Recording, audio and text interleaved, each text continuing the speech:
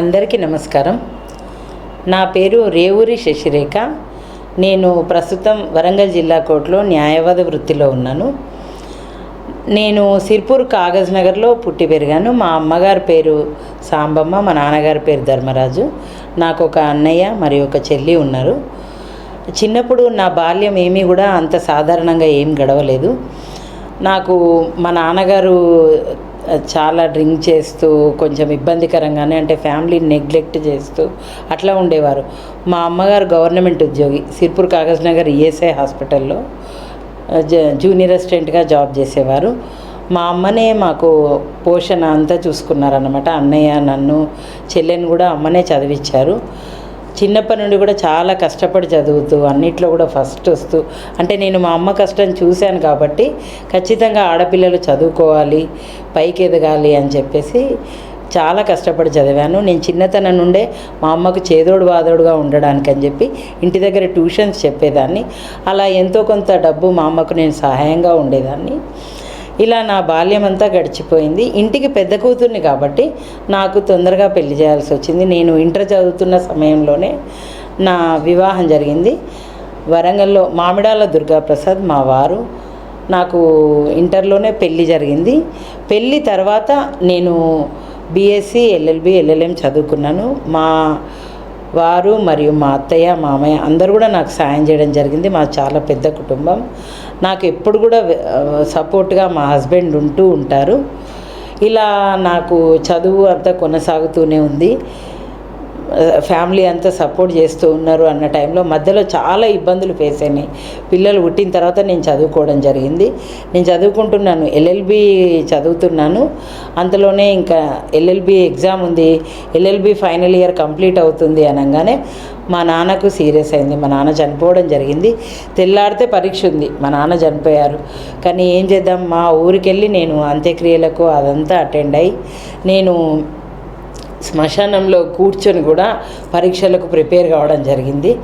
అట్లా నేను నా చదువును కొనసాగించాను. అంటే ఇంకా మరి వదిలేస్తే నా ఇన్ని రోజులు పడ్డ కష్టం వేస్ట్ అవుతుంది, ఎల్ఎల్బి మధ్యలో ఆగిపోతుంది అని చెప్పేసి నేను అది కూడా కొనసాగించి అలా నేను నా ఎల్ఎల్బి డిగ్రీని సాధించుకున్నాను. నేను ఇద్దరు పిల్లల్ని పట్టుకొని, ఇద్దరు కూడా చాలా చిన్నపిల్లలు, ఇద్దరు చిన్నపిల్లల్ని పట్టుకొని నేను చదువు కొనసాగించడం జరిగింది. అలా నా ఎల్ఎల్బి పూర్తయింది. ఆ తర్వాత నేను ఎల్ఎల్ఎం చదువుతున్న సమయంలోనే, ఎల్ఎల్ఎం మొదటి సంవత్సరంలోనే మా మామయ్య గారు జరిగిపోయారు.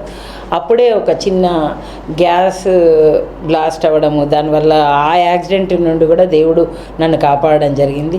అట్లా దాని నుండి కూడా బయటపడి ఇలా కంటిన్యూగా ఎన్ని ప్రాబ్లమ్స్ వచ్చినా కూడా ఫేస్ చేస్తూ నేను నా చదువును కొనసాగించాను. అలా నా ఎల్ఎల్బి, ఎల్ఎల్ఎం కంప్లీట్ అయిపోయింది. అయిన తర్వాత నేను అడ్వకేట్గా నా వృత్తిని కొనసాగిస్తున్న సమయంలోనే అట్లా ఎన్నో ప్రాబ్లమ్స్ ఎదురైనాయి. కొత్తగా న్యాయవాద వృత్తిలోకి అడుగుపెట్టిన తర్వాత ఒక మహిళగా ఎటువంటి బ్యాక్గ్రౌండ్ సపోర్ట్ లేదు నాకు కోర్టులో. అలా నేను ఒక మహిళగా న్యాయవాద వృత్తిలోకి అడుగుపెట్టిన తర్వాత నేను చాలా ప్రాబ్లమ్స్ ఫేస్ చేశాను. అయినప్పటికీ కూడా నిలదొక్కుని నేను డిఎల్ఎస్ఐ నుండి లీగల్ ఎయిడ్గా కూడా అపాయింట్ అవ్వడం జరిగింది. పేద విద్యార్థులకు ఉచిత సహాయం చేసే న్యాయవాదిగా నన్ను హైకోర్టు వారు నియమించారు. అలా నేను పేద విద్యార్థులకు పేద మహిళలకు మరియు పేదవారికి ఉచిత న్యాయ సహాయం చేస్తూ కూడా నా న్యాయవాద వృత్తిని కొనసాగించాను. అలా నేను లీగల్ ఎయిడ్గా కూడా చేశాను, అందరి మన్ననలు పొందాను. ఆ తర్వాత నేను ఇలాగే న్యాయవాద వృత్తిలో చాలా సేవా కార్యక్రమాలు, ఎన్నో ఉచిత సలహాలు, టీవీ ప్రోగ్రామ్స్ అలా చేస్తూ ఉన్నాను. తర్వాత నేను లేడీ జాయింట్ సెక్రటరీ కూడా గెలుపొందడం జరిగింది. ప్రస్తుతం కూడా నేను బార్ అసోసియేషన్కి లేడీ జాయింట్ సెక్రటరీగా ఉన్నాను. నేను కవితలు కూడా రాస్తూ ఉంటాను, చిన్నగా కవితలు రాస్తుంటాను. అట్లా కూడా నాకు సాహిత్యపరంగా కూడా చాలా ఇంట్రెస్ట్ ఉంది. నాకు తోచిన విధంగా నేను ఎప్పుడూ సేవా కార్యక్రమాల్లో పార్టిసిపేట్ చేస్తూనే ఉంటాను. ఎన్నో ప్రోగ్రామ్స్, ఇప్పుడు మా ఊర్లో నేను పుట్టి పెరిగిన మా సిర్పూర్ కాగజ్ నగర్లో కూడా నన్ను అందరూ చాలా బాగా, మా గురువులు మరియు అక్కడ ఆంధ్రజ్యోతి ఛానల్ వాళ్ళు అందరూ కూడా నన్ను చాలా బాగా గుర్తించి ముగ్గుల ప్రోగ్రాంకి ప్రతి సంవత్సరం కూడా ఎంత కష్టమైనా కూడా ఎవ్రీ ఇయర్ నన్ను గెస్ట్గా పిలవడము, అందరూ చక్కగా సన్మానించడం చాలా సంతోషం అనిపిస్తుంది. మనం పుట్టి పెరిగిన ఊర్లో కూడా మనకు అంత గౌరవం దక్కడం అనేది చాలా ఆనందంగా అనిపిస్తుంది. చాలామంది నన్ను ఇన్స్పైర్గా తీసుకొని, అంటే పెళ్ళి అయిన తర్వాత కూడా చదువుకోవచ్చు, పిల్లలు ఉన్న తర్వాత కూడా చదువుకోవచ్చు, ఎన్ని ఇబ్బందులు ఎదురైనా కూడా చదువుకోవచ్చు అని నన్ను ఇన్స్పైర్గా తీసుకొని చదువుకున్నారు. ఇట్లా ఉన్న టైంలో సడన్గా 2020లో అనుకోకుండా నాకు బ్రెయిన్ స్ట్రోక్ రావడం జరిగింది. ఇంట్లో ఎవరు లేరు, నేను ఒక్కదాన్నే ఉన్నాను.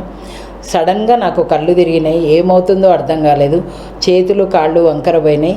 సడన్గా ఇంట్లో పడిపోయినాను. అప్పటికి కూడా నేను ఆత్మస్థైర్యం కోల్పోలేదు, ఏమవ్వదు, నేను ధైర్యంగానే ఉంటానని అనుకున్నాను. ఫోన్ తీసుకున్నాను, ఫోన్ పట్టుకోవడానికి నాకు రావట్లేదు. నేను స్పీకర్ ఆన్ చేశాను, మా హస్బెండ్కి కాల్ చేశాను, నాకు ఎట్లనో అవుతుంది, ఇంటికి రండి అని చెప్పేసి. అదృష్టవశాత్తు ఆ రోజు నేను కోర్టుకు వెళ్ళలేదు. ఇంకా కాల్ చేశాను, తను వచ్చారు, తనకు పరిస్థితి అర్థమైంది, ఇమ్మీడియట్గా తీసుకెళ్లారు. వితిన్ టైంలో నాకు ట్రీట్మెంట్ అందడం, నాకు రెగ్యులర్గా యోగా చేసే అలవాటు ఉండడం వల్ల నేను బ్రతకడం జరిగింది. అప్పుడు డాక్టర్ చెప్పారు, తన మనోధైర్యం మాత్రమే తనను కాపాడుతుందని చెప్పేసి. అలాంటి పరిస్థితి నుండి కూడా నేను బయటపడ్డాను. మెడిసిన్ తీసుకుంటూ నన్ను నేను యోగా మెడిటేషన్ చేసుకుంటూ, నేను ఆర్ట్ ఆఫ్ లివింగ్లో దాదాపు ఒక 10-15 ఇయర్స్ నుంచి కూడా ఆర్ట్ ఆఫ్ లివింగ్లో యోగా సుదర్శన క్రియ చేస్తూ, అందులో కూడా వాలంటీర్గా చాలా సర్వీసెస్ చేశాను. ఎంజిఎంలో కావచ్చు, మరియు జైల్లో బయట కార్యక్రమాలలో కూడా మా మేడం వాళ్ళతో అందరితో వాలంటీర్గా వెళ్ళి యోగా సర్వీసెస్ చేస్తూ ఉంటాను. అంటే ఇంకొక మనిషికి సేవ చేయడం అనేది నాకు చాలా ఇంట్రెస్ట్. ఎందుకంటే దేవుడు మనకు ఒక జీవితం ఇచ్చాడు, అందులో మనకు వీలైనంత వరకు సహాయం చేయాలనేది నాకు మా అమ్మ చిన్నప్పటి నుండి నేర్పించింది. నాకు అదే వచ్చిందనమాట.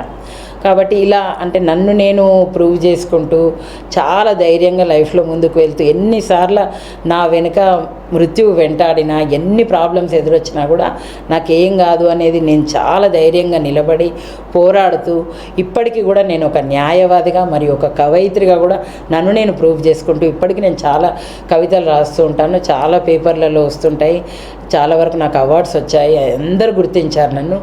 మరి ఇప్పుడు కూడా నేను చేసే వృత్తిలో నాకు చాలా మంచి పేరుంది. ప్రస్తుతం నేను వరంగల్ బారషన్ లేడీ జాయింట్ సెక్రటరీగా కూడా కొనసాగుతున్నాను.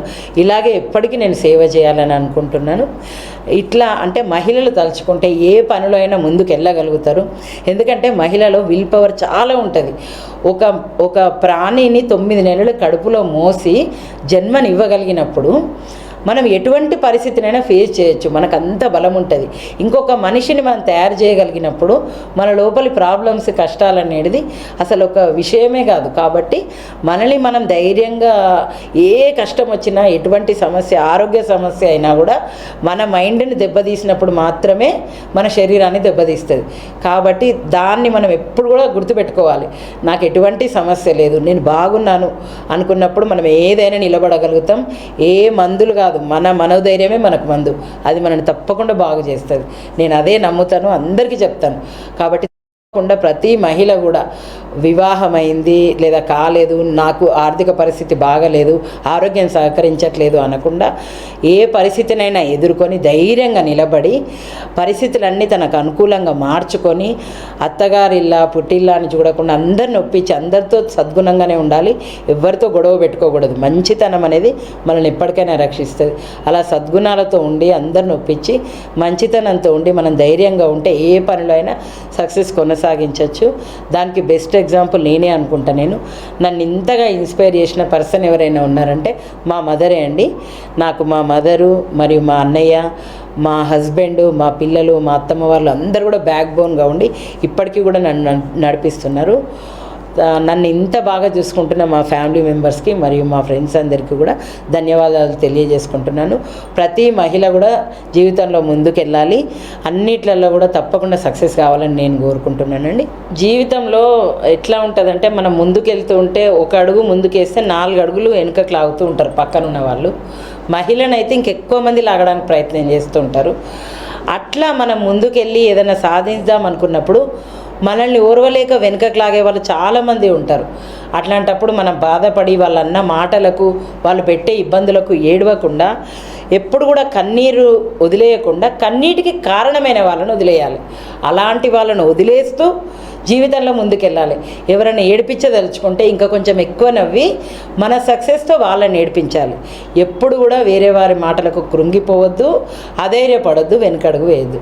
ఇవన్నిటిని మనం ఓన్ చేసుకుంటే తప్పకుండా ప్రతి మహిళ కూడా ఒక శక్తిగా మారి జీవితంలో ముందుకు సాగుతుందని నేను తెలియజేస్తున్నాను. Meet success of life journey. ప్రతి మహిళ కూడా ఇప్పుడు మన పురాతన కాలం నుంచి చూస్తే నేటి వరకు కూడా తన జీవితంలో చిన్నప్పటి నుండి పెద్దగా అయ్యే వరకు కూడా ఎన్నో ఒడిదొడుకులు ఎదుర్కొంటూ ముందుకు సాగుతూనే ఉంటుంది. ఎవ్వరికి అదేం కొత్త ఏం కాదు. కాకపోతే అడుగడుగునా మనం ఎదుర్కొంటున్నటువంటి ప్రాబ్లమ్స్ నుంచి మనల్ని మనం ఎలా కాపాడుకోవాలి, మన పిల్లలకు ఈ తరానికి కొత్త టెక్నాలజీ ఇదంతా వచ్చింది కాబట్టి దీని నుంచి ఎలా జాగ్రత్తగా ఉండాలి.